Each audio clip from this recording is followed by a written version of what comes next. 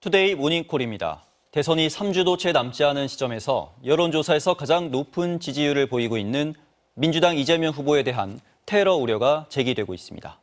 이 후보의 신변과 관련한 각종 제보가 다양한 경로를 통해 민주당에 들어오고 있다는 건데, 이재명 캠프에서 유세 본부장을 맡고 있는 이정헌 의원에게 실제 현장 상황은 어떤지, 또 어떤 대책을 준비하고 있는지 이야기 들어보겠습니다. 안녕하세요. 네, 안녕하십니까. 네, 어제 대구 경북 지역 유세 현장도 동행을 하셨고 또 사회도 보셨잖아요. 네. 현장 경호 상황은 어떤지 좀 설명 좀 부탁드릴게요. 네, 저는 어제 오후 4시 포항시청 앞 광장에서 진행된 유세 현장에 함께 있었습니다. 제가 사회를 보면서 바로 이재명 후보님 옆에서 지켜봤습니다.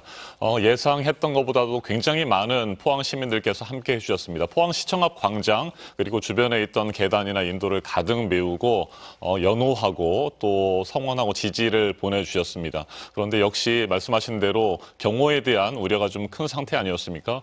제가 주변에 보니까 공사장이 하나 있었는데 그 공사장의 가림막이 제대로 설치가 되지 않았고 그 안쪽에서 사람들이 좀 오가는 모습도 저도 눈에 들어왔습니다. 그리고 시민분들께서도 많이 걱정을 하셔서 경찰이 직접 확인하는 그런 과정들도 있었습니다. 그만큼 이재명 후보에 대한 그 안전에 대해서 우려하고 또 실질적인 위협도 상존하고 있는 것으로 저희는 파악하고 있습니다. 어제도 방탄복을 입었던 거죠? 네, 3kg 정도의 무게가 나가는 방탄복을 지금 계속 입고 유세를 이어가고 계십니다. 많이 불편하실 텐데 그래도 어쩔 수 없다고 판단하시는 것 같습니다. 그만큼 내란 이후에 우리 사회가 갈등하고 분열하고 있는 상황이기 때문에 대선 후보가 방탄복을 입고 유세한다는 것이 참 안타까운 일이지만 불가피하다고 후보께서도 판단하고 계십니다. 이게 방검 기능도 있는 건가요? 네, 방검복을 당초에는 입으셨고 지금은 이제 방탄복을 입고 계시는데 방검 기능과 방탄 기능을 같이 갖춘 그런 옷으로 저희는 알고 있습니다. 다행이네요. 네.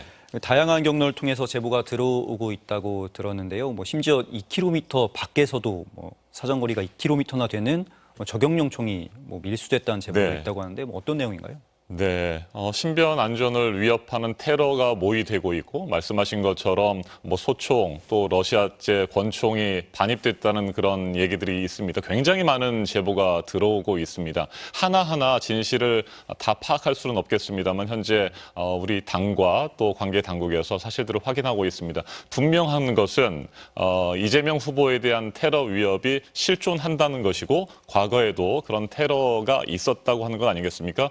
3년 전에 20대 대선에도 당시 송영길 당대표에 대한 테러가 있었고 이재명 후보께서도 지난해 총선 직전에 부산에서 테러를 당하지 않으셨습니까? 그만큼 위험하고 신변 안전이 최대 과제라고 하는 인식을 저희 당 가지고 있습니다.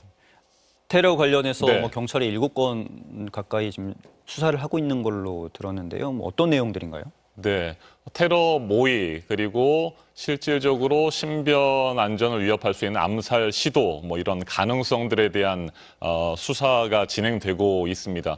말씀하신 것처럼 7건 가운데 1건은 이미 검찰에 송치가 됐고요. 계속해서 수사를 하고 있습니다. 이렇게 여러 가지 우려들이 제기되고 있어서 어제 제가 포항시청 앞 유세 현장에 갔을 때도 많은 당원과 지지자들께서 파란 풍선을 들고 오셨습니다. 지금 당장 당원들이 할 수 있는 것들은 파란 풍선들을 좀 많이 들고 와서 혹시 있을지도 모를 저격수의 시야를 가리는 것이 필요하다. 이런 생각들을 가지고 계시고요. 또 일부 당원들께서는 거울을 준비해 오십니다. 그래서 주변에 위험한 건물이 있다고 한다면 그 건물을 향해서 거울을 비치게 되면 시야가 방해가 되지 않겠느냐 이런 판단들을 하시고 지금 자체적으로 그런 대응들을 하고 있습니다. 당원과 지지자들께서요. 네. 지지자들이 좀 걱정이 좀 큰 것 같은데, 네.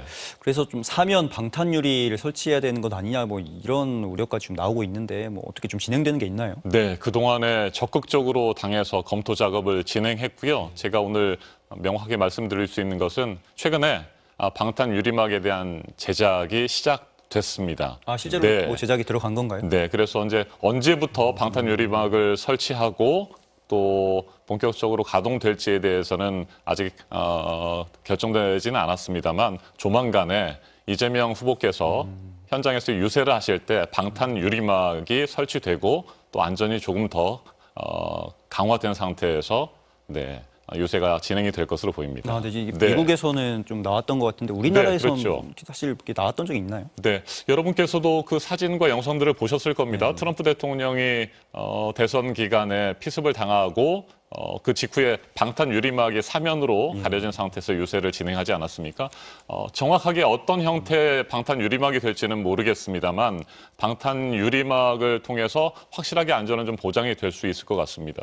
어제 포항 현장도 제가 볼 때도 그랬습니다만 사방이 오픈되어 있는 상태에서 어디에서 어떤 위해가 가해질지 모르는 상황 아니겠습니까?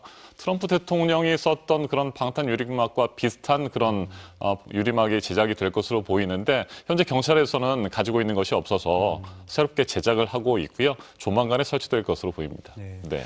이게 사실 암살조가 아직도 유효하다, 가동되고 있다 네. 뭐 이런 주장까지 제기되고 있는데 뭐 이런 거는 아직도 뭐 실제로 유효한 위협인가요? 네, 스탠딩 오더라고 합니다. 한번 지시가 내려가면 그 직접 명령권자가 그 지시를 취소할 때까지 유효한 명령이라고 합니다. 그런 스탠딩 오더가 지난 비상계엄 시에 내려졌다고 저희는 파악을 하고 있고요. 그 이후에 관련된 군이라든지 뭐 HID OB 요원들로 구성된 특수팀이 가동되고 있을 가능성이 분명히 있다. 저희는 0.1%의 그 가능성에 대해서도 대비를 해야 되는 것이고요. 실존하는 위협은 분명히 있기 때문에 철저하게 예방하는 것밖에 방법이 없다고 판단을 하고 있습니다. 네. 네, 최근에는 뭐 심지어 경호팀 내부에 첩자가 있다. 그래서 신원 조사를 전부 다시 하고 있다. 뭐 이런 얘기까지 나왔어요. 네, 아마 그건 윤석열 전 대통령 체포 당시에 대통령 경호처가 거세게 저항하지 않았습니까? 공적인 기능을 수행해야 할 대통령 경호처가 마치 윤석열 전 대통령의 사병처럼 활동하고 그런 것들을 우리 국민들이 목도한 상황이었기 때문에 우려가 여전히 있는 것 같습니다. 아직까지 정확하게 사실관계는 파악되지 않은 상태이고요. 대통령 경호처의 경우에 정부와 국회가 공식적으로 요청을 하게 되면 대통령 후보에 대한 경호도 가능합니다. 네, 대통령 등의 경우에 관한 법률에 따라서 그게 가능하기 때문에 저희 민주당에서는 대통령 경호처가 적극적으로 경호에 나설 줄 것을 요청하고 있고요. 이재명 후보님뿐만 아니라 뭐 김문수 후보나 이준석 후보를 비롯한 다른 대통령 후보들에 대해서도 그런 경우가 필요하다면 함께 하는 것도 방법이라고 저는 생각합니다. 네. 어제 대통령 경호처에서도 뭐 후보가 요청하면 지원할 수 있다라고 발표를 했는데 민주당에서는 요청을 한 상태인 건가요? 네. 근데 다른 후보 측에서는 좀 필요 없다고 한 것 같습니다. 국민의힘에서는 현재 그것까지는 필요 없다라고 판단하시는 것 같고요. 현재 압도적인 1위를 유지하면서 우리 국민들을 만나고 있는 이재명 후보에 대해서는 저희 당뿐만 아니라 당원과 지지자들, 국민들의 걱정이 많습니다. 저도 하루에 수십 통의 전화와 문자를 받고 있습니다. 방탄 유리막도 빨리 설치해야 되고 최고의 경호와 신변 보호 조치가 필요하다라는 말씀들을 많이 주시기 때문에 그런 실존하는 위협 그리고 국민과 당원들의 우려에 대해서 저희는 적극적으로 대응할 필요가 있다고 판단을 하는 것이죠. 조금 전에 경호처에 그 요청을 했다고 했는데 혹시 뭐 답변이 왔나요?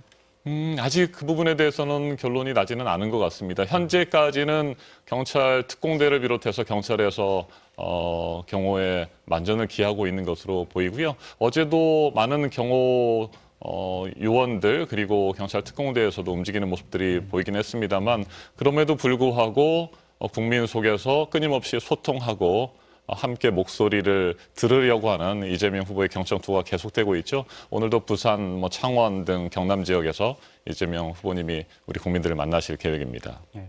당원들의 문자를 아까 많이 받으셨다고 했는데 뭐 실제로 좀 실무진들이 유세 방법을 바꿔야 된다라거나 좀 이렇게 좀 계획이 달라지는 게 좀 있나요? 네, 계속해서 국민들을 현장에서 만나시겠다라고 하는 이재명 후보의 의지가 강하십니다. 물론 악수라든지 포옹이라든지 혹시라도 있을지 모를 직접적인 위해 대비할 필요는 있겠습니다. 그래서 어떤 가이드라인 같은 것들이 쳐져 있긴 합니다만 어제도 그래도 가까이에서 해병대원들이 환영하는 그런 장면도 저희가 볼 수 있었고 악수도 하셨고요.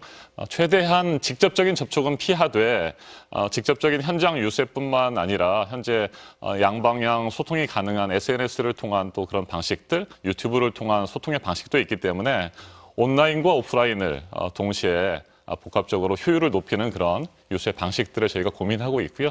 그렇게 함께 시행하고 있습니다. 네. 네. 이재명 후보뿐만 아니라 다른 후보들한테도 이런 뭐 테러 위협은 없었으면 그럼요. 좋겠네요. 절대 그런 일이 있어서는 안 된다고 생각합니다. 네, 잘 오늘 준비해야 말씀은 됩니다. 여기까지 듣겠습니다. 고맙습니다. 네, 고맙습니다. 네. 영상을 시청해 주셔서 고맙습니다. 말보다 진심이 먼저 닿는 정치, 이정헌 오피셜에서 계속해서 전해드리겠습니다. 오른쪽 구독 버튼을 눌러 이정헌의 길에 함께해 주십시오. 고맙습니다.